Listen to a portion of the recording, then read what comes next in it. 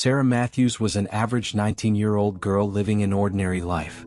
She wasn't rich, but she had enough to get by, buying only what was necessary. One evening she was hanging out with her best friend, Emily. They had spent the day at a local park, laughing and chatting as they always did. As the sun set, Emily offered to drive Sarah home. The drive started out uneventful. Emily was behind the wheel and Sarah sat in the passenger seat, scrolling through her phone. But as they approached an intersection, a truck ran a red light. Emily swerved to avoid it, but the impact was unavoidable. The crash was sudden and violent. Sarah's head struck the steering wheel and everything went black. When Sarah opened her eyes, she was lying in a hospital bed. The sterile smell of antiseptic filled her nostrils, and the faint beeping of a heart monitor echoed in the background. Emily sat in a chair beside her, looking relieved but exhausted. "Sarah, you're awake," Emily exclaimed, leaning forward. "You've been out for 2 days. The doctors said you hit your head pretty hard in the accident." Sarah tried to sit up, but a sharp pain shot through her skull, forcing her back down. What happened?" she mumbled, her voice hoarse. Emily explained the accident, her voice trembling with guilt. "I'm so sorry, Sarah. I should have been more careful." Sarah reached out and squeezed Emily's hand. "It's not your fault. I'm just glad we're both okay." But Emily's expression darkened. "Well, not entirely. The doctors said your head injury might be serious. They want to keep you here for observation. And your family couldn't pay the hospital bill, so I covered it for now. Don't worry about it though. You just focus on getting better." Sarah felt a pang of guilt. Her family had always struggled financially, and now Emily, who wasn't exactly rich either, had to foot the bill. "Thank you, Emily. I'll pay you back, I promise." Emily smiled weakly. "Just rest, okay? I'll come back tomorrow." As Emily left, Sarah lay back in bed, her mind racing. The accident, the hospital bill, the injury, it was all too much. She closed her eyes, trying to block out the noise, but the beeping of the monitor and the distant hum of the hospital kept her on edge. When night fell, the hospital grew eerily quiet. The nurse's footsteps faded, and the only sound was the occasional creak of the old building settling. Sarah tried to sleep, but the pain in her head and the strange atmosphere kept her awake. Around midnight she heard it, a faint whisper like someone murmuring just outside her door. She sat up, her heart pounding. "Hello?" she called out, her voice shaky. No response. The whispering stopped, but the air felt heavier, colder. Sarah lay back down, telling herself it was just her imagination. But then she heard it again, louder this time. It wasn't coming from the hallway, it was coming from inside her room. Her eyes darted around the dimly lit space, but there was no one there. The whispers grew more distinct, fragments of words she couldn't quite make out. She pulled the blanket up to her chin, her breath visible in the suddenly freezing air. "Who's there?" she demanded, her voice trembling. The whispers stopped abruptly and the room fell silent. Sarah's heart raced as she stared at the door, half expecting someone, or something, to walk in. But nothing happened. Eventually, exhaustion overtook her, and she drifted into a fitful sleep. The next day passed uneventfully. Emily visited, bringing Sarah some books and snacks, but Sarah couldn't shake the feeling of unease that had settled over her. As night fell again, she tried to stay awake, afraid of what she might hear or see. But the painkillers made her drowsy and she eventually dozed off. She woke suddenly, her heart pounding. The room was pitch black, the only light coming from the faint glow of the heart monitor. The whispers were back, louder now, more urgent. Sarah sat up, her breath coming in short gasps. She reached for the call button to summon a nurse, but it was dead, the cord severed. Panic set in. She threw off the blanket and stumbled out of bed, her legs shaky. She needed to find someone, anyone. She opened the door and stepped into the hallway. But something was wrong. The hallway stretched endlessly in both directions, the walls lined with identical doors that seemed to go on forever. The lights flickered, casting eerie shadows on the floor. Sarah turned around, but her room was gone, replaced by more hallway. "Hello?" she called out, her voice echoing. "Is anyone there?" No response. The whispers grew louder, more insistent, and she could make out fragments of words. "Help me, don't leave, you're not supposed to be here." Sarah started walking, her slippers softly padding against the floor. She passed door after door, each one identical to the last, but none led to anywhere familiar. The air grew colder, and the whispers became screams, echoing in her ears. She broke into a run, her heart pounding in her chest. The hallway seemed to stretch infinitely, the walls closing in around her. She turned a corner, hoping to find an exit, but the layout of the hospital had changed. The walls were darker, the paint peeling, and the floor was cracked and damp. The lights flickered more violently, and she swore she saw shadowy figures darting into doorways just out of sight. Finally, she saw her room up ahead. Relieved, she rushed inside, only to freeze in horror. Another version of herself was lying in the bed, eyes wide open, staring at the ceiling. The Sarah in the bed turned her head slowly, locking eyes with the Sarah in the doorway, and whispered, "You shouldn't have left." Terrified, Sarah stumbled backward into the hallway, but it was no longer the hospital she knew. The walls were crumbling, the air thick with the smell of decay, and the whispers grew louder, more insistent. She ran, but the hallway seemed to stretch infinitely, the doors now leading to dark, empty voids. The next morning, a nurse found Sarah unconscious on the floor outside her room. She was rushed back to bed, her vitals checked and her IV reattached. When she woke, she insisted she had been wandering the hallway all night, but the nurses assured her she had never left her bed. Security footage showed her room door never opening. But there was one detail no one could explain. Sarah's slippers were caked in mud and leaves as if she had been walking for miles. Sarah's experience left her shaken, and she couldn't shake the feeling that something was terribly wrong. She began researching the hospital's history, hoping to find some explanation for what she had experienced. What she discovered sent chills down her spine. The hospital had been built on the site of an old asylum that had burned down in the 1920s. The asylum had been notorious for its inhumane treatment of patients, many of whom had died under mysterious circumstances.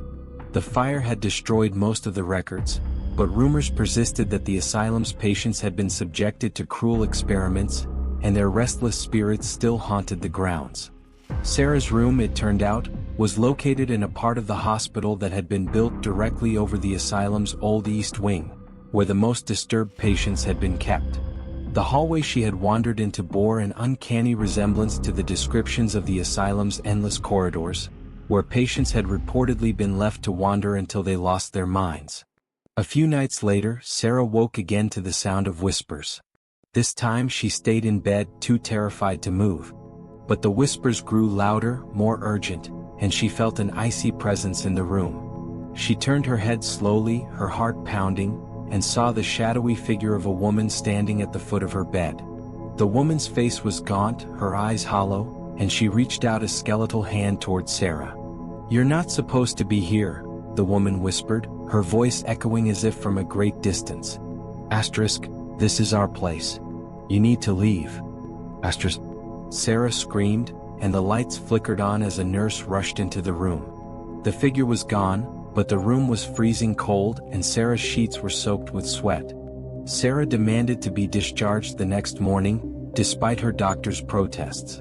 She couldn't shake the feeling that the hospital was alive, that it had claimed her for its own. As she left, she glanced back at the building, its windows dark and foreboding. She swore she saw faces staring out at her, their eyes filled with a desperate longing. To this day, Sarah avoids hospitals at all costs. She still has nightmares about the endless hallway and the woman who warned her to leave. And sometimes, late at night, she hears faint whispers as if the hospital is calling her back. Dr. Ethan Graves had always been drawn to the mysteries of the human mind. For 7 years he had worked as a psychiatrist at Blackwood Asylum, a remote hospital nestled deep in the woods, specializing in treating patients with severe and often inexplicable mental illnesses. Over the years he had encountered countless cases: paranoid schizophrenics who believed they were being hunted by shadowy figures, dissociative identity disorders with personalities that seemed to possess knowledge far beyond their years, and patients who claimed to hear voices from other dimensions. But nothing could have prepared him for the case that would change his life forever. It was a cold, rainy evening when the incident began. Dr. Graves was in his office, sipping a cup of lukewarm coffee as he reviewed patient files. The hospital was unusually quiet, the kind of silence that felt heavy, as if the walls themselves were holding their breath. The sound of hurried footsteps echoed down the hallway, pulling him from his thoughts. The door burst open and Nurse Clara stood there, her face pale and her hands trembling. "Doctor, you need to come quickly," she said, her voice barely above a whisper. "There's a new patient. He's different." Dr. Graves followed her to the reception area, where a man in a long black coat stood, his face obscured by the shadow of his wide-brimmed hat. Beside him was a young boy, no older than 17, with vacant eyes and a blank expression. The man's voice was low and gravelly, sending a chill down Dr. Graves' spine. "Fix my son," the man said, his tone commanding yet unsettling. "He's gone mad. I'll return in a month. Have him ready by then." Before Dr. Graves could ask any questions, the man handed him a file labeled Project Zero and turned to leave. The doctor called after him, demanding more information, but the man disappeared into the night without another word. The boy, whose name was Mike, was admitted to room 13, a small, windowless chamber at the end of the hall. Dr. Graves tried to engage him in conversation, but Mike remained silent, his gaze fixed on the wall. When Dr. Graves raised his voice in frustration, Mike finally spoke, his voice hollow and distant. "My name is Mike," he said, "but you already know that, don't you?" Dr. Graves frowned. "How would I know that?" Mike smiled faintly. "They told me." "Who told you?" Dr. Graves pressed, but Mike didn't respond. Instead, he turned his attention back to the wall, muttering under his breath. Frustrated, Dr. Graves returned to his office and opened the file labeled Project Zero. The contents were unlike anything he had ever seen.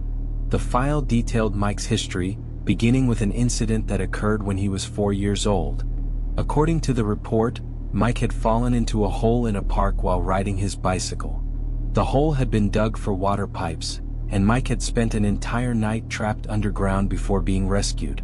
From that day forward, he claimed to see and communicate with spirits. The file also contained strange symbols and diagrams, along with notes about shadow entities and interdimensional communication. Dr. Graves dismissed much of it as the ramblings of a disturbed mind, but one line stood out. Asterisk, "The boy is a conduit. Do not let him near the basement." Asterisk. Over the next few days, Mike's behavior grew increasingly erratic. He would sit in his room for hours, staring at the wall and whispering to himself. Sometimes he would laugh uncontrollably, and other times he would scream as if in agony. The hospital staff began to avoid his room, and even the night shift cleaner refused to go near it. One night, Dr. Graves was reviewing the security footage when he noticed something strange.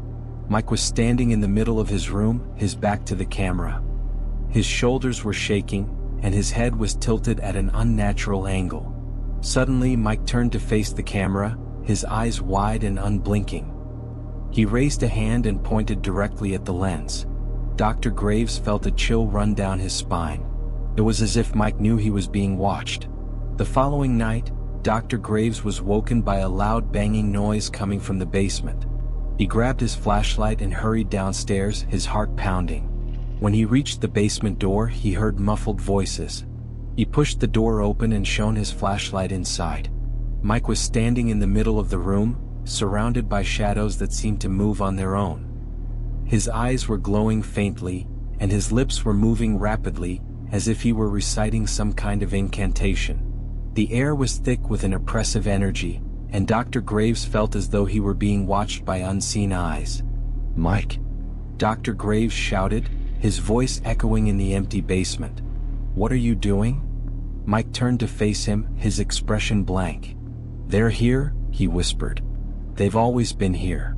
Before Dr. Graves could react, the shadows around Mike began to swirl and coalesce, forming grotesque shapes that seemed to reach out toward him. Dr. Graves stumbled backward, his flashlight slipping from his hand. The last thing he saw before he blacked out was Mike's face, twisted into a malevolent grin. When Dr. Graves woke up, he was lying in his office. The sun was shining through the windows and the hospital was quiet. For a moment he thought it had all been a nightmare. But then he noticed the file labeled Project Zero lying open on his desk. The pages were filled with strange symbols and diagrams, none of which he remembered seeing before. The next few days passed in a blur. Dr. Graves tried to contact Mike's father, but the phone number in the file was disconnected. The address listed was for an abandoned house on the outskirts of town. It was as if Mike and his father had never existed. 1 month later, Dr. Graves received a package at the hospital. Inside was a single sheet of paper with a message scrawled in red ink. "You should have left him in the hole." Beneath the message was a symbol that matched one of the diagrams in the Project Zero file. Dr. Graves felt a cold knot of fear tighten in his chest. He knew deep down that Mike was gone, but whatever had taken him was still out there. Dr. Graves quit his job at Blackwood Asylum shortly after the incident. He moved to a small town far away, hoping to leave the past behind. But sometimes late at night, he would hear a faint whisper in the darkness. And when he looked in the mirror, he would see a pair of glowing eyes staring back at him. Mike was gone, but the shadows remained. Months turned into years, and Dr. Graves tried to convince himself that the events at Blackwood Asylum were nothing more than a figment of his imagination. He took up a quiet practice in a small town, treating patients with mild anxiety and depression. But the memories of Mike and the basement incident haunted him, creeping into his dreams and waking thoughts. One evening, as Dr. Graves was closing up his office, he heard a faint knock at the door. He opened it to find a young woman, no older than 20, standing there. Her eyes were wide with fear, and her hands trembled as she clutched a file to her chest. "Doctor," she said, her voice trembling, "I need your help. My brother, he's gone mad. He says he can see them, the shadows. He says they're coming for him." Dr. Graves felt his blood run cold. He took the file from her hands and opened it. Inside was a single sheet of paper, identical to the one he had received years ago. The same symbol was scrawled at the bottom, and the words sent a shiver down his spine. "The conduit is open. They are coming."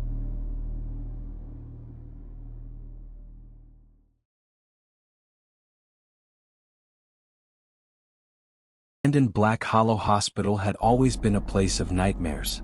For Drake, Austin, and Mia it was also a challenge. They'd grown up hearing the stories, whispers of ghostly figures, strange noises, and people who went in and never came out. But they were teenagers, invincible in their own minds, and the idea of exploring the hospital felt like the ultimate thrill. It was a cold, moonless night when they arrived, the hospital looming like a shadow against the starless sky. The wind howled through the broken windows, and the rusted gates creaked ominously as they slipped inside. "This is such a bad idea," Mia whispered, her flashlight trembling in her hand. But Drake, ever the leader, was already stepping into the darkness. The interior was a maze of decay. The walls were streaked with mold, the floor littered with shattered glass and debris. The air was thick with the smell of rot and something metallic like blood. Their flashlights cut through the darkness, revealing empty hallways and abandoned rooms. "See? It's just an old building," Austin said, trying to sound brave. But his voice wavered, and the shadows seemed to press in closer. They wandered deeper into the hospital, their footsteps echoing in the silence. The further they went, the more oppressive the atmosphere became. The air grew colder, and the walls seemed to close in around them. Then, out of nowhere, a voice shattered the silence. "What are you doing here?" They spun around, their flashlights illuminating a man standing in the doorway. He looked normal at first, mid-30s, wearing a dirty flannel shirt and jeans. His face was gaunt, his eyes hollow, but he didn't seem threatening. "Just off." Mia screamed, and the man raised his hands. Whoa, calm down. I'm not gonna hurt you. I live here." "You live here?" Drake asked, his voice shaky. The man nodded. "Yeah. Name's Carl. Been here a few years. Place is quiet, you know? No one bothers me." The friends exchanged uneasy glances, but Carl seemed harmless enough. He invited them to sit down in what used to be the hospital's waiting room. The chairs were broken and covered in dust, but they sat anyway, their flashlights casting long shadows on the walls. Carl talked about how he'd lost his job, his home, everything. He said the hospital was his refuge, a place where he could be alone. The friends listened, but the longer they sat there, the more uncomfortable they felt. There was something about Carl, something in the way he stared at Mia, the way his voice cracked when he spoke. After what felt like an eternity, Drake stood up. "Well, we should probably get going. It's late." Carl's expression changed instantly. His eyes darkened and his voice dropped to a low, menacing tone. "Don't leave me alone." The friends froze. Mia tried to laugh it off. We really have to go. But it was nice meeting you." Before she could finish, Carl grabbed her arm, his grip like iron. "You're not leaving," he said, his voice trembling with anger. "You're staying with me." Drake and Austin lunged forward, trying to pull Mia free, but Carl was surprisingly strong. He dragged her down the hallway, his footsteps echoing in the darkness. Mia screamed, kicking and struggling, but Carl didn't let go.